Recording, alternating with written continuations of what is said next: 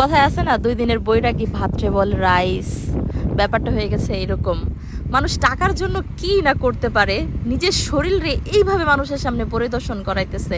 আর ইয়ামাহার মতো এত ভালো একটা ব্র্যান্ডে এইসব বস্তি মার্কা মানুষজনের সে নাচানোর আসলেই লজ্জাজনক, আসলে হতাশজনক। যদি এই টাইপের ফালতু মার্কা প্রোগ্রামে আমি কখনোই অ্যাটেন্ড করি না, বাট ওরে দেখে আমার একটা কথা মনে পড়তেছে যে কাউয়া যখন ময়ূর হইতে চায়, ব্যাপারটা হয়ে গেছে এইরকম। এমন একটা থার্ড ক্লাস মার্কা ড্রেস পরছে যে ওর শরীরের অঙ্গমঙ্গ সবই দেখা যাইতেছে। অবশ্যই ইয়ামাহার প্রোগ্রামে এরকম একটা আইটেম বোম না থাকলে তো ছেলে পেলে আসবে না, তাই এটা লাগেই মাস্ট। ও নিজের কি মনে করতেছে জানি না, তবে ওরে দেখতে পুরাই একদম বাজারের বস্তিদের মতো লাগতেছে। ভাই এই টাইপের ড্রেস ও কিভাবে পরলো, ওর কেমন লাগতেছে, সবাই সিসি করতেছে। ওর একটু লজ্জা শরম নাই। আর আমার মনে হয় পরিবারের কেউ নাই, না হলে এই টাইপের ড্রেস আপ ও কখনোই করতে পারতো না বাংলাদেশের একটা মেয়ে হয়েছি।